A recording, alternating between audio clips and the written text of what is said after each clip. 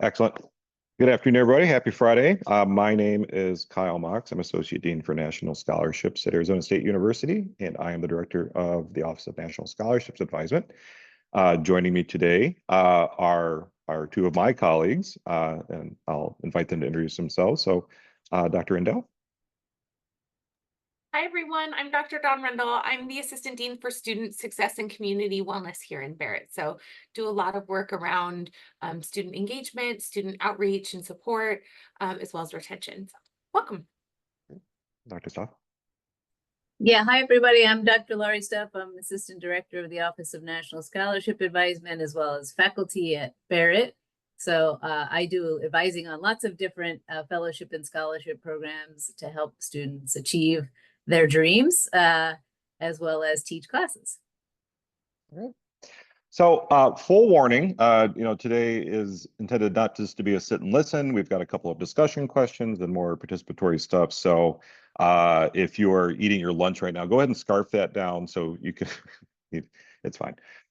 So this is the third part of our Fellowships Friday series. Every fall and every spring in our slower months of the year, we like to do wider topical discussions, right? Things that are related to fellowships applications, things that are will help you make a stronger application for various national scholarships, but also they're just going to make you stronger and happier students in the long run. So today we're going to be talking about how to build a community of support, and it's really focused on mentoring. So what we're going to be talking about today is the fact that mentoring and mentorship, being the recipient of mentoring, is essential for success in college, and it's essential for success in fellowships. And we as advisors in our office cannot be the mentors for everyone. We're one part of your community, but you need to build those relationships as well. They can take many forms. It's not all faculty. We're going to talk a lot about getting faculty mentors, but there's a lot of different types of mentors, and they can be cultivated. I think a lot of times people assume they just happen naturally, or these mentors just appear out of nowhere. And sometimes they happen organically, but we're also going to talk about ways that you can actually cultivate these relationships. And we're going to wrap up by talking about, what's holding us back. A lot of the times is fear. And it takes a lot of different forms. And it's an idea I've really been thinking a lot about lately in terms of how fear prevents us from very success. So first question, curious to hear from you all. Think to yourself, who is the most successful person that you know, as you think about this, and what qualities of them do you most admire? And bonus points for anyone that knows why I put this image up on this slide. So, who'd like to share? Who's the most successful person that you know? Who comes to mind right away?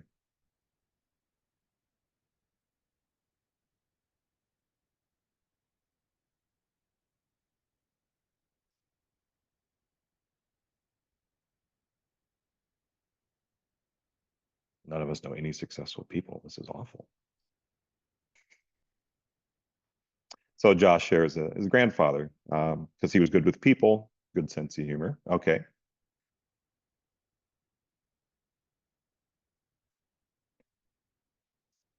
So Genevieve shares my friend David, successful financial advisor, kind and organized.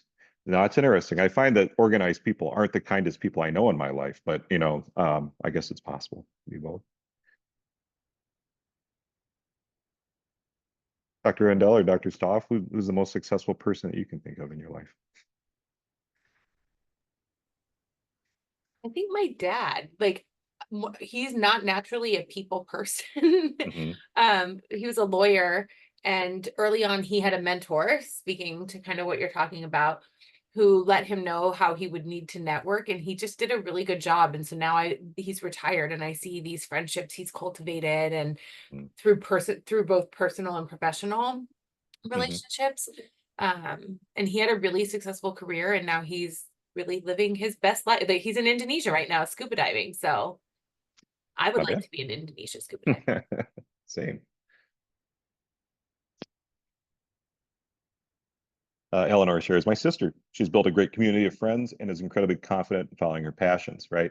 Yeah, and that's a little bit kind of building on what Dr. Rendell was saying, is these people that build these communities themselves, these people that live the life that we'd like to live, not necessarily because they're wealthy or because they have a lot of possessions, but they are doing what they want to do in life, right? I too, I think about a parent. My mom actually is one of my role models. She's actually was inducted a few years ago into the National High School Coaches Hall of Fame. She's one of the most winningest women's basketball coaches and volleyball coaches in the U.S., but from a very small school, right? And so it had a lot to do with relationship building. And still, 40 or 50 years after the fact, she's got grown people in their 50s calling her Coach Mox, right? That had that impact on people, even if it was just coaching them for one season, which I think is amazing. It's a great legacy to build. So, good. The images, of course, is of mentor who is from the Odyssey. So this idea of mentorship is actually based on a real literary figure. I don't know if that's real. So when we talk about squad, we're talking about the sort of community of support that's around you. That can include your faculty members. It can include your peers. It can include professional people in your life. It doesn't have to just be in the academy. And we break that down in kind of three categories, right? We've got our primary mentors, people that we would think of as a literal sort of expert giving us advice as we move through. Our faculty members, our advisors, our peers can be mentors as well. We, aren't always at the same stage of our development in our life, and maybe we've got people that we look up to for certain things and others for other things. And of course, once we start to do internships, work in our jobs, get into research experiences, we're looking at people that are doing the jobs that we'd love to do, as examples and role models themselves. So we know very well what the importance of mentorship is. There is a lot of research out there, and I went through and tried to find a nice pithy bit of data, but there were so many different studies talking about the relationship between academic success, average GPAs, timely completion of graduation, and students who had strong mentoring in their life. Obviously, it's going to help you with professional development, social and emotional support. If you know that you belong, if you know that there are people that care whether or not you're there or are going to make sure that you feel like you're part of the group. And then there's a whole range of positive long-term outcomes that come along with mentoring. So Dr. Stoff, Dr. Rendell, like from your own positions, you are working in slightly different capacities at the university. What have you seen firsthand in terms of the importance of mentoring? I think it often makes or breaks a student's experience in college if they find a network of support or even just an individual that gives them the kind of uplift that provides them with confidence to continue.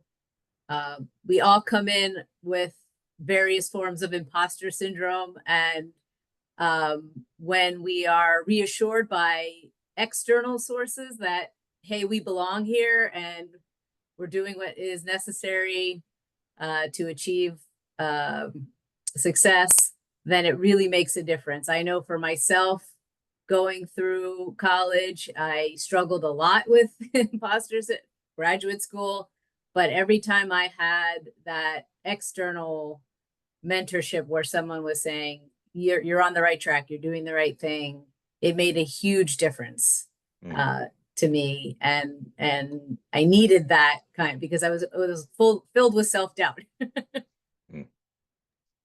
I teach a class that uses Brene Brown as the foundation, and one of the things that she talks about is the square squad, which is like people that won't just tell you what you want to hear and care enough to be honest with you. And I had a supervisor once tell me that feedback is an investment in someone. So if someone is willing to give you feedback, then like they care enough to invest, because they could just let you fail or keep, messing things up.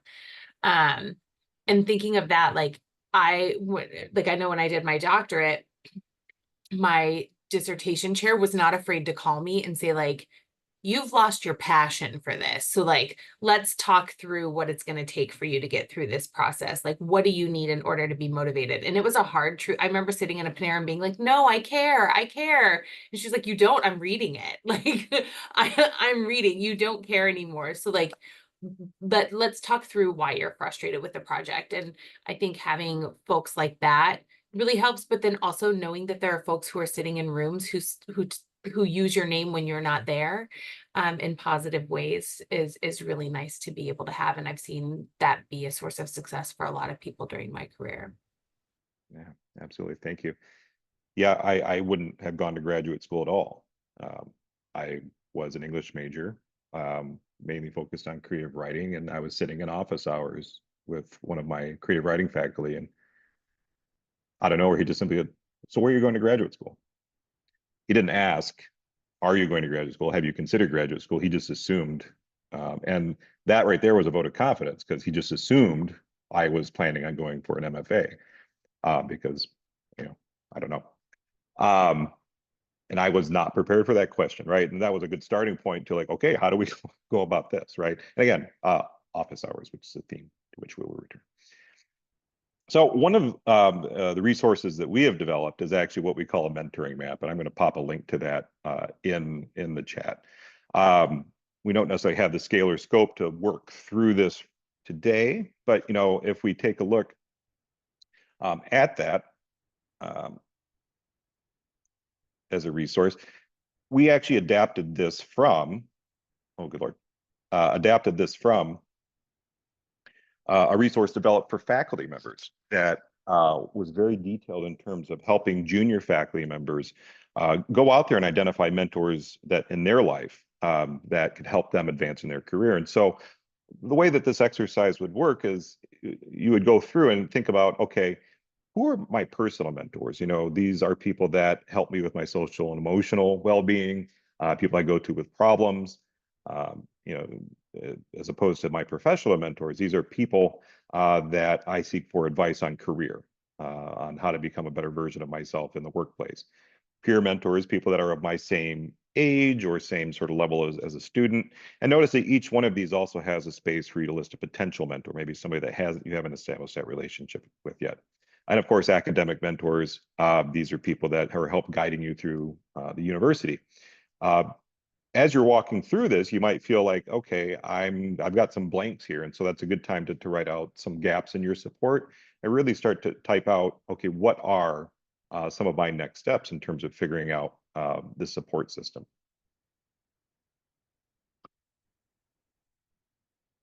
So as we're thinking about that, what are the major challenges that you all have encountered thus far in establishing mentoring relationships? Stop and think for a second. What are some of the major challenges you face building these mentoring relationships?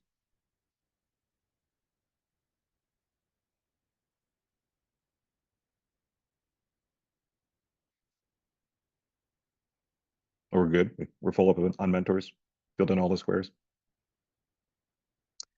Infringing. Okay. Yeah. Like we're a burden or bothering somebody, by injecting ourselves into their lives. Yeah. I hear that one a lot. Other challenges we face.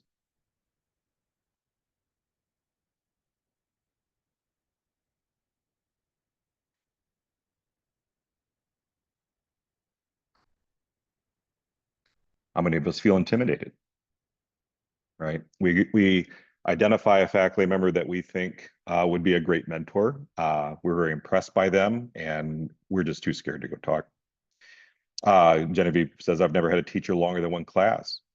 And I find it hard to build a relationship or ask for their time. Right. Yeah, that is a limitation. I know a couple of us here are online students, and that can be hard to build those relationships if we don't get a chance to take more than one class with a teacher. Time. I often feel like I might be asking a mentor to take time out of their busy schedule. So kind of like the same as Josh, infringing. Eleanor, I'm unsure whether I'm asking whether I'm actually passionate. I feel unsure when I'm asking whether I'm actually passionate about what they are mentoring me for, or just because I feel like I need to and because I'm being told to. Definitely be sure that you are being earnest, right? Other challenges that we were thinking about, fear of rejection. There are two primary fears that we all feel that prevent us from becoming the best versions of ourselves. And one of those is fear of failure, that we'll go and we'll ask and we'll just be told no. And the other one is fear of rejection. If you think about it, that's pretty natural for humans. We're not that different from the humans that were living in caves and needed to stay together and not be eaten by bears. And so we want to stay together in groups. So we're really afraid of being rejected. Uh, a challenge it can be cultural differences, and I mean that in a lot of different ways. Um, People of different generations and who come from very different backgrounds communicate in very different ways. A big challenge for a lot of younger students and newer students is learning how to communicate with faculty members. Or we're at a big university and there's a lot of cultural differences that maybe we tend to stick with people of our own kind because it's easier that way, right? And just not knowing where to start. And we can address this one because we're about to. But Dr. Stoff, Dr. Rendell, other challenges that you are aware that students face or that you've seen them struggle with?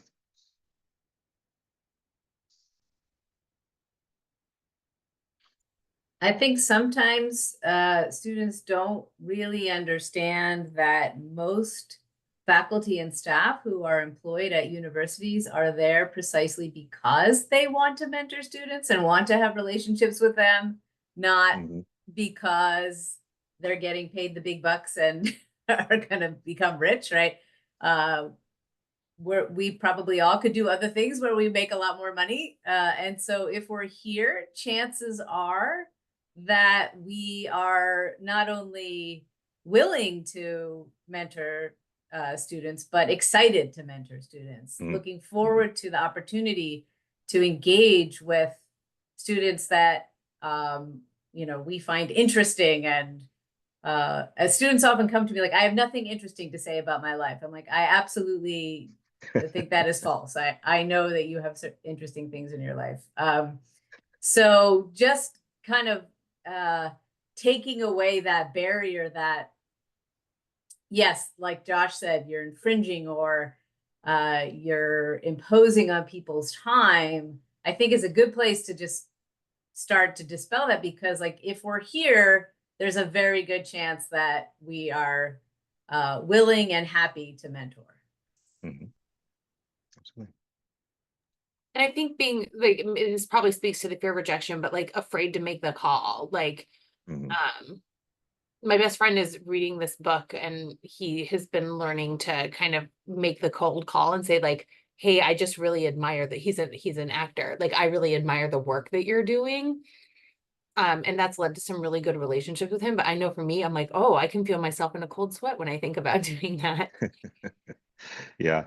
It's funny, as my career has gone on, and this is the irony of any career, the better you get at something, the less you'll get to do it, right? Because then they'll promote you and then you'll start to supervise other people that are doing it. My favorite part of the job is actually just sitting down one-to-one with students and talking through problems and trying to figure out strategy and just learning about another person's life. And so as we're exploring options for mentors, we're looking around to say, okay, need a mentor. Dr. Mock said, I need a mentor. Who do I find? Well, the first thing is just expertise, right? We want to find people that we admire because they know a lot about the thing that we want to learn more about, right? They maybe they've published in this area, maybe their class that they taught has been fantastic, and they're passionate about it, right? And passionate not just about the topic, but they're passionate about mentoring people. And as Dr. Stoff said, 95% of the people at the university who work in a student-facing role are passionate about mentoring students, or they wouldn't have done this. Not everybody's great about doing it, or maybe as approachable. Generally speaking, so you want to separate us, like who are the people that have a really positive outlook? People that are into a growth mindset, that are here to help students grow. And also that they're open to feedback, right? This should be a two-way communication, just not them barking things at you. If you want to go work for Gordon Ramsay, you could do that. But that they want to hear from you, like what do you need as my mentee? So other qualities that we all look for in mentors, thinking about our Dr. Stock, Dr. Rendell, our own mentors,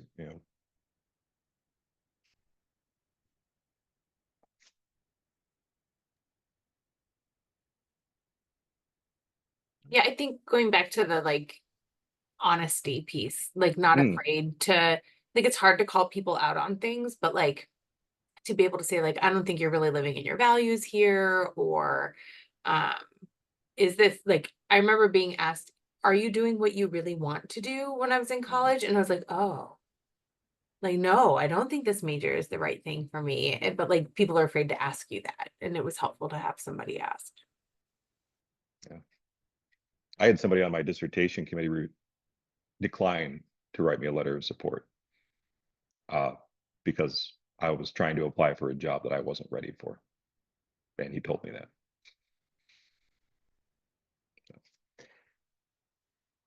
As we talked about this conversation we wanted to have, we also wanted to be sure that we were talking about peers a lot, because we think of the faculty to student mentorship all the time and neglect the fact that our peers are also wonderful mentors.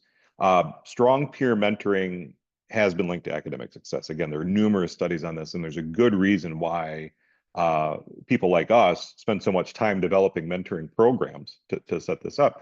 Study groups. If you aren't engaging in group study or collaborative study, it's one of the best things you can do to keep your grades up. As you get further along, graduate students, as a PhD student, I had writing circles where basically 3 or 4 of us agree, hey, we're going to go over first drafts. Every Monday, we're going to meet at this coffee shop, right? The more technical way to call that is an accountability partnership. Like you have a peer in your class or somebody else in the same degree plan or somebody else who's also a creative type, and you are holding each other accountable, making sure you're getting the work done, right? Students are more afraid of looking dumb or lazy than they are of just quietly getting a B- in a class, right?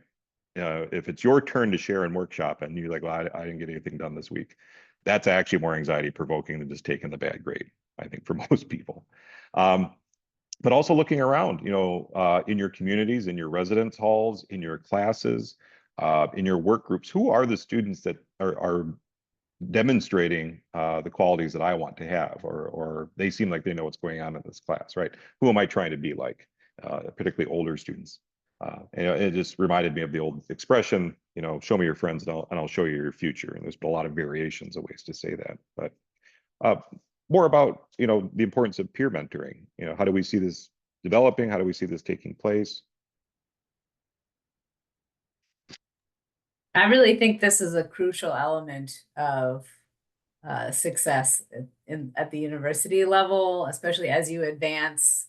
It really does help keep you accountable because you don't want to let your friends down, right? So when you're in a group of peers and you're all working, towards a goal and you're helping each other achieve those goals, it really helps to have those folks in your corner because oftentimes, they don't want to let you down. I also just want to make a comment about sort of culture.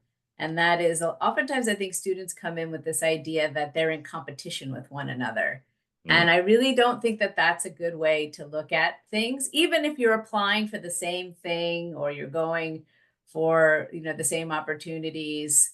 You are unique in what you bring to it, and anything that you can help with advancing yourself is going to help another person as well.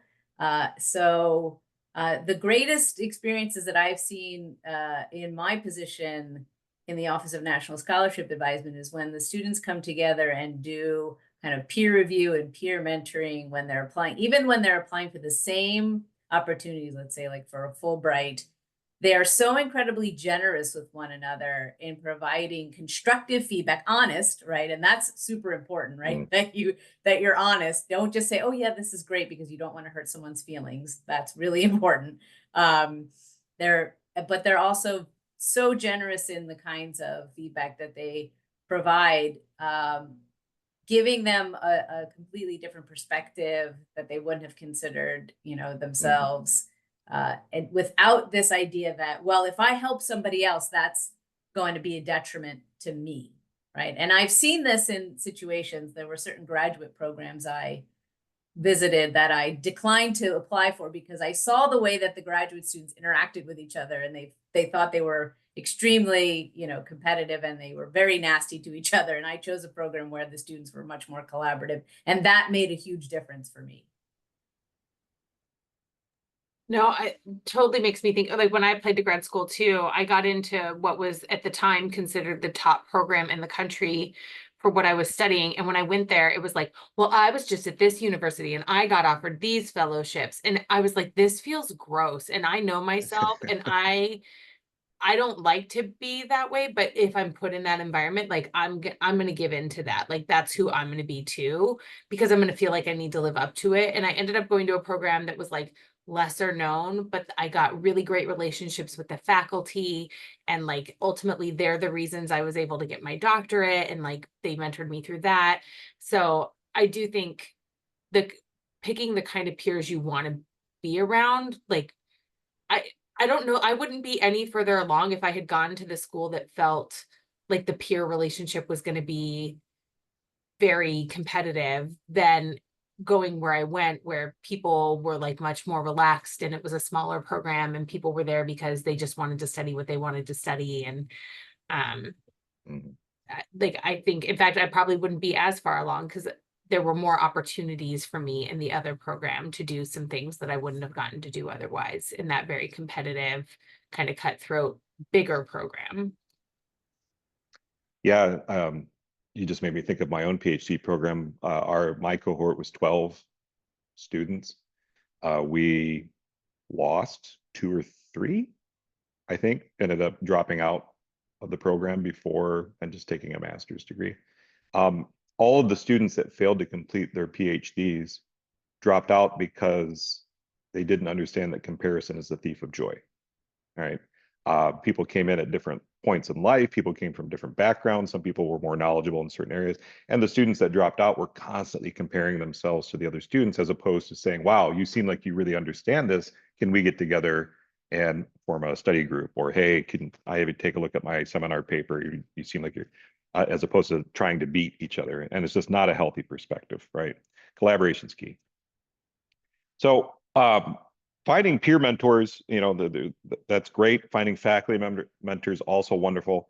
How do we go about identifying a faculty mentor? Obviously, start with your classes, right? You want to leverage your own classes that you're taking. I think it was Genevieve that said, well, I haven't gotten taken the same professor twice. If possible, I think that's a really great way to do it. But as you're sitting in your classes, say, this person really seems to have the expertise. Let me set up some time to talk to them. Uh, but you can also research the faculty in your department, right? And there's even a website called experts.asu.edu, but you can actually look through the faculty profiles, read the CVs, see the publications, and figure out, okay, who in my department is actually doing the things that I want to do. If you have the option to do so, I really encourage you to attend any kind of departmental event. If they're holding special seminars, guest speakers, any kind of workshops, any kind of lectures. As I mentioned, I was in an English program, and we were pretty close to, halfway between Chicago and Detroit. So we were able to draw a lot of really good speakers. And I went to almost every reading. I didn't realize at the time that was weird, that walk by the bulletin board and you'd see, oh, this person looks like an interesting author. And then I realized over time, there was a lot of FaceTime with the faculty members. And even if they didn't know who I was, they saw me in the hallways and they saw me in the class and they knew, like, hey, there's that guy that goes to all the talks. And then you get strike up a conversation and be seen as a serious student, and just networking, right? Really just talking. And even if you approach one of your teaching faculty and they say, well, I don't know if this is a good fit, or I'm not taking any students right now, but you know who you should talk to. Or you're talking to other students and say, yeah, I worked with them last semester. You should really go talk to them. I can't undersell enough the value of networking. So any other strategies for finding good faculty mentors? I have three. Yeah.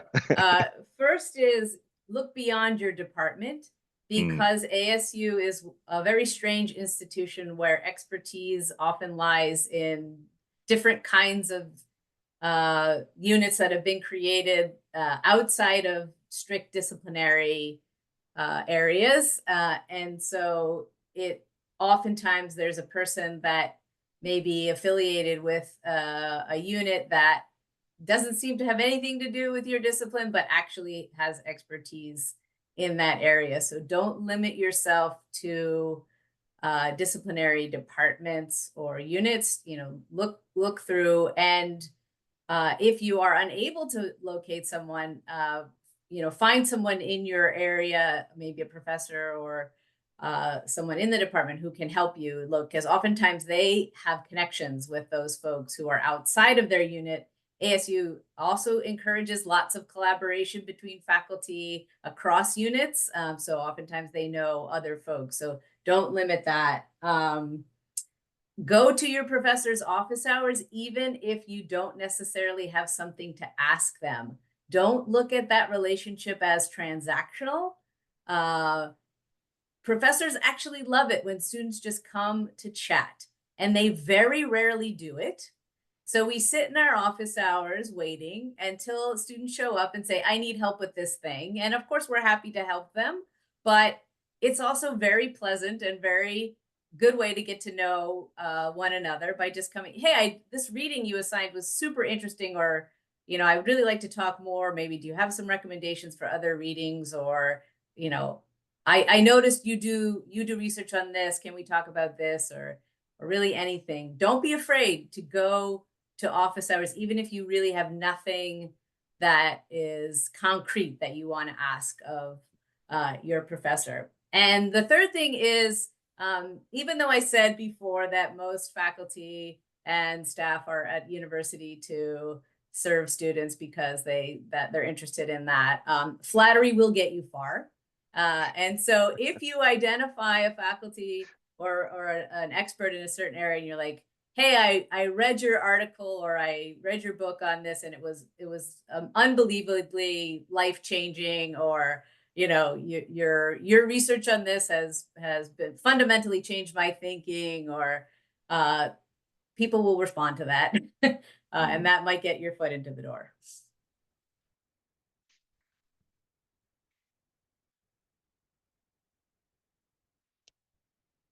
Approaches for finding peer mentors. Not a whole lot different, right? Notice what you're noticing, but thinking about your interactions in class, who's making the great comments, who seems to share your worldview, who seems to know what's going on. Find one of the best bits of advice I ever got from my dad was, figure out who the smartest kid in the class is and sit next to him. The student orgs and volunteering, even if we're digital immersion students, there's a lot of opportunities to be involved. And my recommendation is, of course, find a professional development organization related to your interests. Like if you want to be an actuary, we have a student actuary, future actuaries organization. I don't know what it's called. I'm sure it's something more interesting than that. So where you can start together to learn the ropes of your profession. But I also encourage you to look outside of your narrow chute to think about broader professional development opportunities, because you don't know what you don't know. You might encounter new career pathways by branching out and say, well, I'm just really interested in hiking. Let me, meet with these other students. And that's how, once you get out into the working world, that's actually how you start to build your network, is just by pursuing your own interests. There are a number of formal mentoring programs at almost every college and department. I just started looking this week just to get a grand sense of them. I found them in the School of Future of Innovation and Society has a formal mentoring program. The College of Health Solutions has a pre-med mentoring program. And I just seemed like every college or department I looked at had some kind of formal mentoring program where you actually just get into it. They will match you up. And so spend time on your department and college and school's website. I'm really impressed by the breadth of opportunities available. And again, also at these events will be other students, right? And so that's your opportunity to crowdsource and sort of say, okay, I joined this club and maybe I met a couple people there, but that led me to this other club, which actually turned out to be much more beneficial. Don't give up just on the first go. Don't go to the first party and say those people were lame. There's a lot more to it than that. But yeah, and as Dr. Rendell points out, Barrett does have peer mentoring and alumni mentoring programs for students who are Barrett students. We're actually launching an ONSA peer mentoring program ourselves. We're running with our test case, our pilot right now of one. But we have found that resource to be so valuable because peer mentors can empathize in ways that faculty and professional mentors can't. And we've just found it to be so effective that there are so many structures available. So this all sounds fine and good, but when it comes time to actually make that cold call, to actually show up at office hours, it can be difficult. I had a friend, one of my former colleagues, who was a professor of communications, and he actually was hired by another university to come and do some consulting work. And they wanted to find out, this university wanted to find out, why were office hours so underutilized? There's a miscommunication here somewhere. They wanted to study it from that perspective. And after doing some surveys, what my colleague had found out was that students would rather walk up to a member of the opposite sex and ask, that they didn't know, a perfect stranger, and ask them out on a date.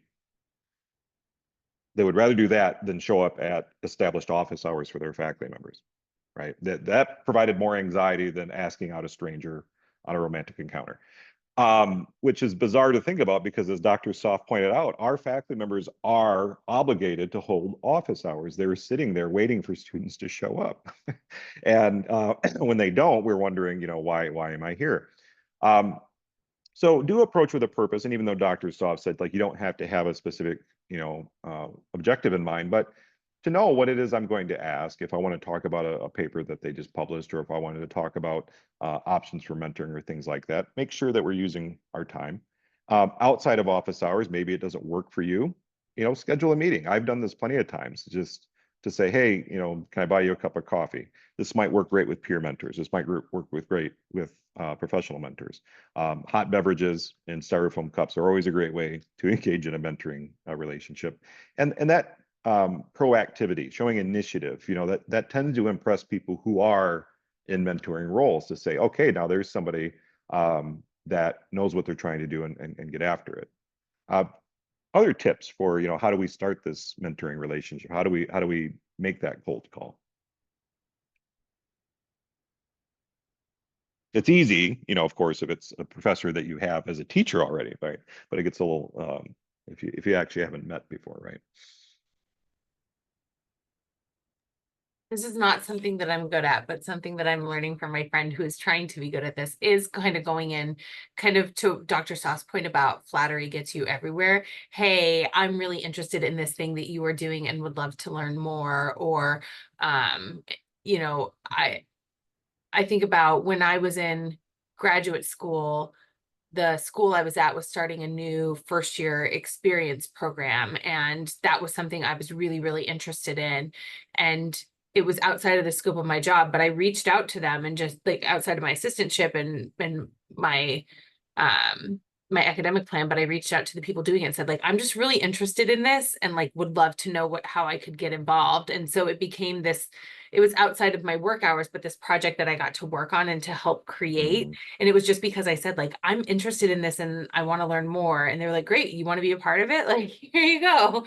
And it ended up being something that was a really good experience for me in learning how to build a program, and like, probably skills I still call on. And those were then people that were able to write really good letters of recommendation for me when I was going into doctoral programs and for jobs and those kinds of things.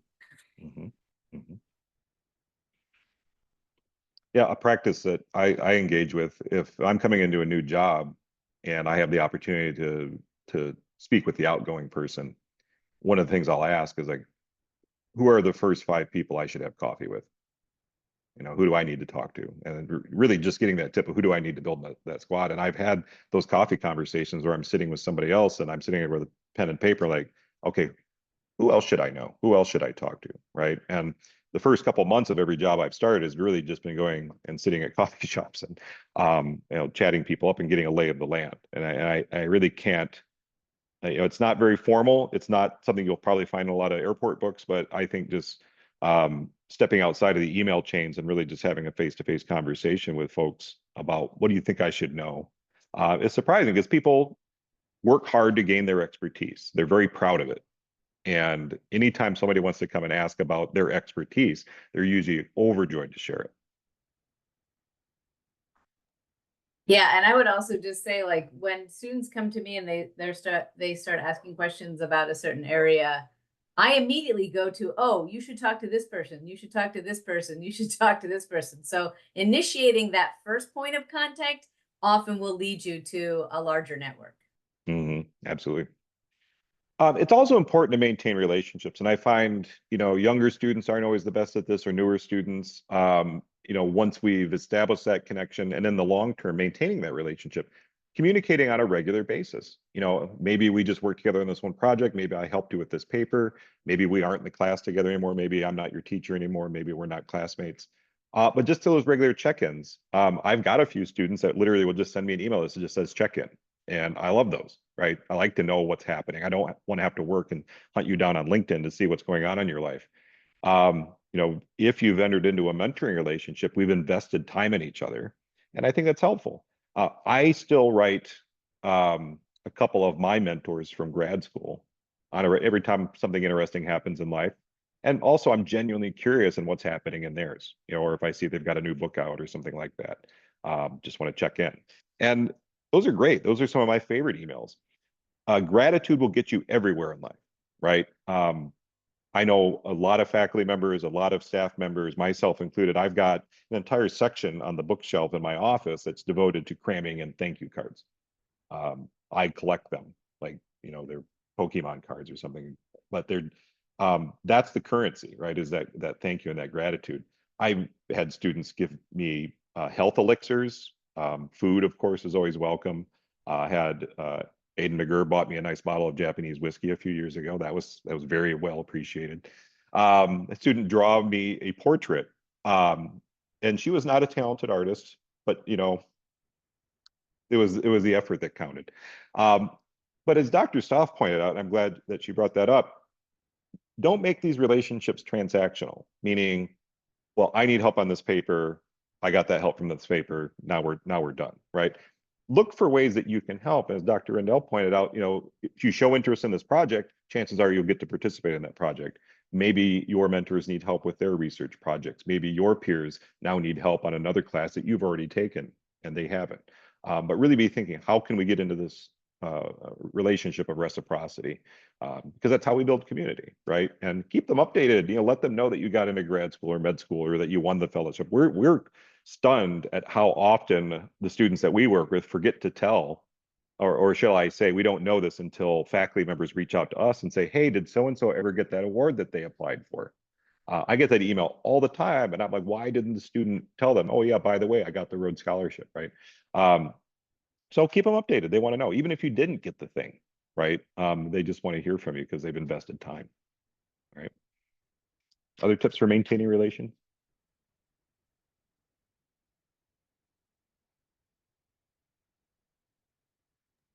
I also second love, the update.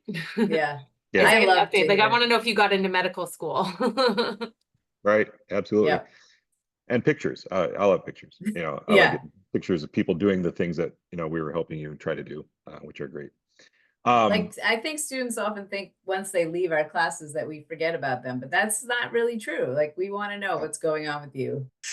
Yeah, I've got Facebook relationships, and that'll date me. But I'm Facebook friends with students that I taught coming up on 20 years ago, 15 years ago at least. They have kids now. They are neurosurgeons. They are in their careers. They have families. And it's been amazing to be able to watch that happen over time. Some of them even married each other and then divorced each other. It's been really interesting, right? And if I'm in town, I've got a former student who is actually one of the vets at the San Diego Zoo. So you can bet every time we go out that way, I'm like, hey, I'm in town. Like, yeah, here's my code. Here's your free tickets, right? So it's wonderful, right, to be able to watch people move through their lives that you got to help them do. So things to think about, as we're winding down here, as you're building your squad, make sure that you're including a diversity of perspectives, that you aren't just getting all the same type of people from all the same academic background, from the same life background. You've got a wide range of people that can offer that variety of opinions. And I think maybe we want some people that are more nurturing. Maybe we want some people that are more critical. All of those things can help us. And do respect boundaries. Josh at the beginning had pointed out, I don't want to be infringing on people. Like, well, you've got to feel out what that is. That if somebody's like, well, if you email me on a Saturday afternoon and then email me again on Sunday asking why I haven't gotten back to you yet, just understand that weekends are for me, right? Monday through Friday is all for you. And we have to understand where those boundaries are. Full disclosure, I'll probably answer that email on Saturday afternoon because I don't have any boundaries, but understand what those are. You have to fill out that relationship, and don't have to be super apologetic about it, but just know that, okay, there's a limit to how much I'm asking them. And I've had faculty members say, listen, I answered your first 5 questions. At this point, you need to go do some of your own work, right? And I've had faculty members tell me that, and in retrospect, I was like, okay, yeah, I crossed the boundary there. Do be receptive of feedback. Our first Fellowships Friday session this fall was actually on giving and receiving feedback. That'd be a good resource for you.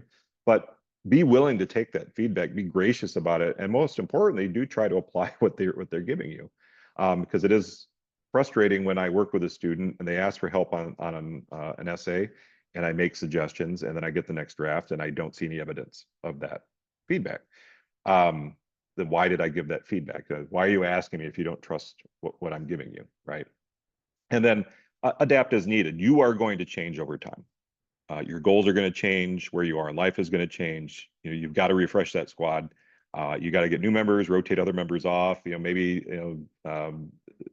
you're not pre-med anymore, so like maybe you don't need to be hanging out with the pre-med student organization anymore. So a lot of different things to consider as you're building your squad. So wrap this up. I'd like to hear about examples of times when somebody else helped you to achieve a goal. Maybe you hadn't thought about that as mentoring yet, but a time when you can think of where somebody else stepped in to help you finish something or do something. And bonus points for anyone who knows who these two are.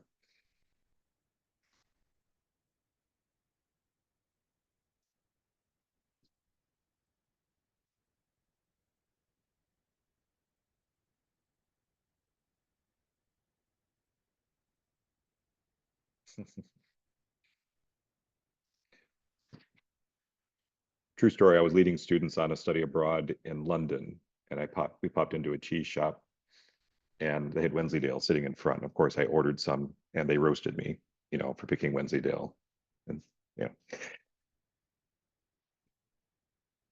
that's actually quite good. But so, any thoughts about a time when somebody helped you to achieve a goal?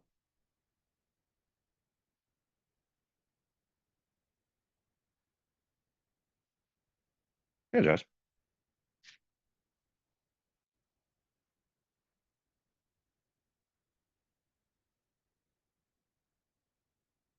Live class last semester. Oh, say that again. Yeah, I think the first part of your audio cut off.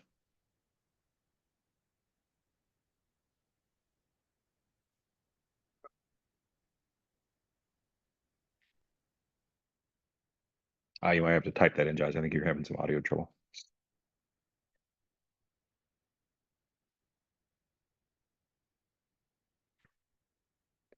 One of the things, if you all do go into graduate school, you'll find that this mentoring relationship is incredibly important. That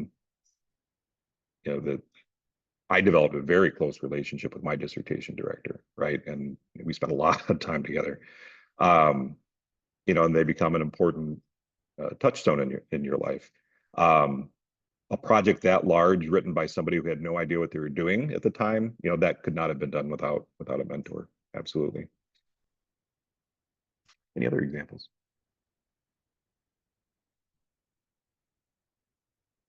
Well, let me flip it. Maybe this is a little easier if I ask, what's a time when you helped somebody achieve a goal? And if answers aren't coming to you right away, the reason I asked, yeah. So Josh was in my Writing Your Life class last semester. And it was a discomforting class for a lot of it, right? Because not a lot of people are comfortable with their writing. Not a lot of people are revising their writing. Not a lot of people are sharing their writing with one another. But I would agree by the end of it that everyone in the class, I think, felt a lot more comfortable, and which was one of the learning objectives. But I asked this particular question because also keep in mind that you could be a mentor for somebody else, whether or not you've realized it. And I hope, by thinking through everything that we've talked about today, you can recognize when that opportunity arises, when you are being asked to be a mentor, or being invited to be a mentor, or looking back and thinking about when you have been a mentor yourself.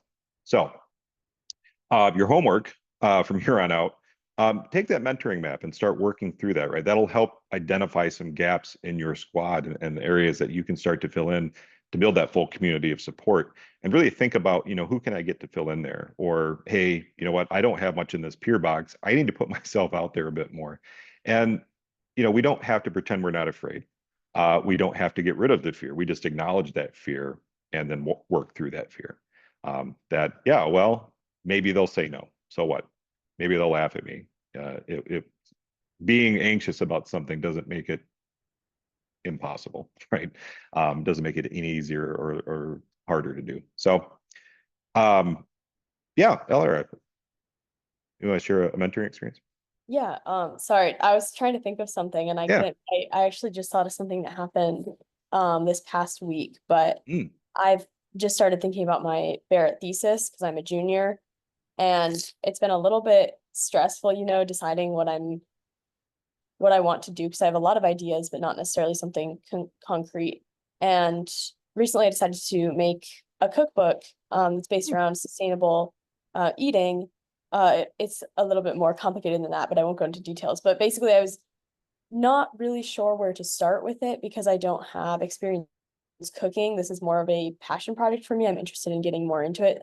And a friend of mine, I was telling her my thesis idea, and she was like, "Oh, I'll totally help you." And so she's been giving me recipe ideas and helping me through it. I've also had, like, my sister has helped me a lot, just kind of going through ideas. And basically I've just had tons of people, every time I give them that idea, they just get super excited and passionate about helping me. And so it's really cool that there are so many people that want to mentor me in that, especially that friend who just immediately had tons of ideas and also is super passionate about cooking.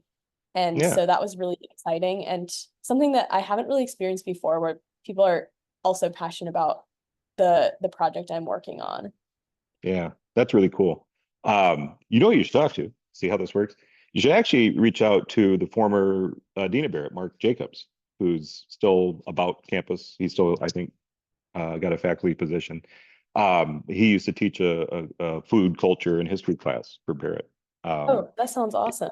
Yeah, and we actually would take people on field trips to restaurants and sustainable farms and things like that. So, do you know if he's still, like, on the faculty list in which I could, like, reach out to him? Okay, sweet.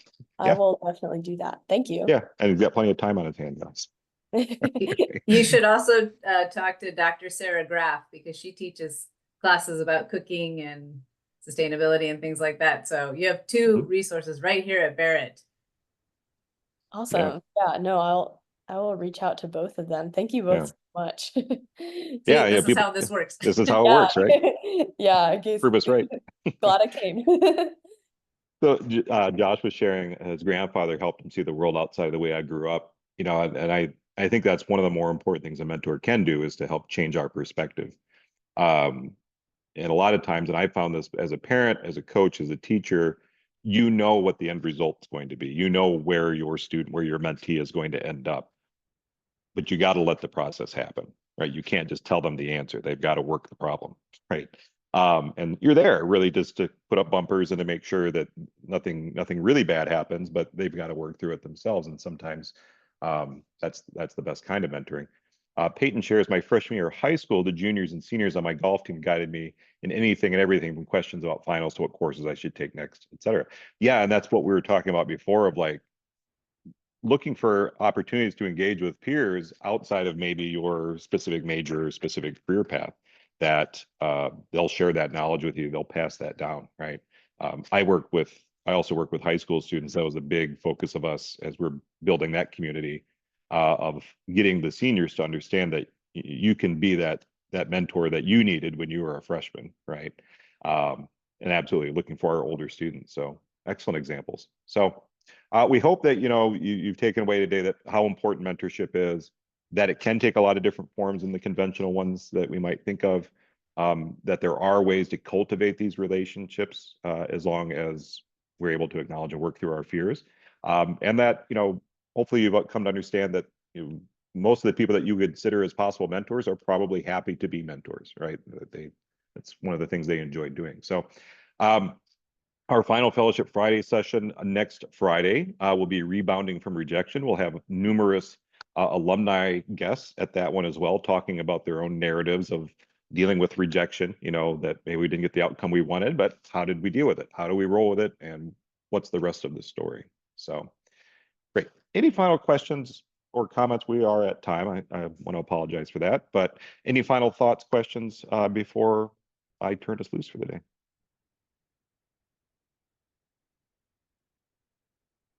Well, wonderful. Yeah, this will be posted on our YouTube page if you want to refer to it again later or pass it on to somebody that you think would enjoy it. I appreciate the time and attention and thanks for sharing what you did with us.